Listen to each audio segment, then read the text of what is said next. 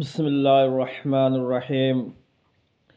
हज़रत बर्रा बिन आज़िब रज़ी अल्लाह ताला अन्हु से एक लंबी हदीस में रवायात है कि रसूलुल्लाह सल्लल्लाहु अलैहि वसल्लम ने फरमाया कि जब मोमिन दुनिया से आखिरत को जाने लगता है तो उसके पास सफ़ेद चेहरे वाले फरिश्ते आते हैं। उनके पास जन्नत का कफ़न और जन्नत की खुशबू होती है।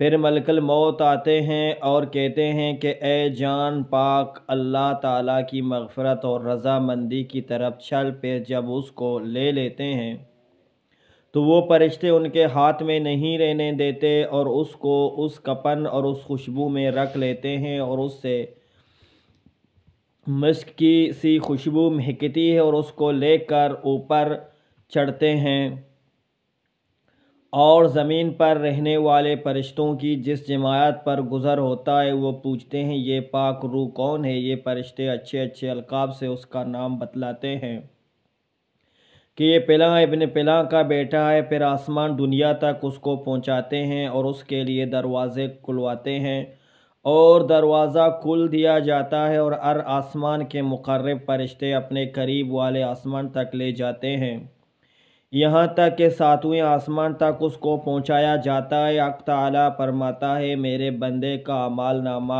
इल्लियीन में लिख दो और उसको सवाल व जवाब के लिए ज़मीन की तरफ ले जाओ। सो उसकी रूह उसके बदन में लौटाई जाती है, मगर इस तरह नहीं जैसे दुनिया में थी, बल्कि उस आलिम के मुनासिब जिसकी हकीकत मरने के बाद मालूम हो जाएगी। फिर उसके पास दो फरिश्ते आए हैं और कहते हैं तेरा रब कौन है। वो कहता है मेरा रब अल्लाह है। फिर कहते हैं तेरा दीन क्या है। वो कहता है मेरा दीन इस्लाम है।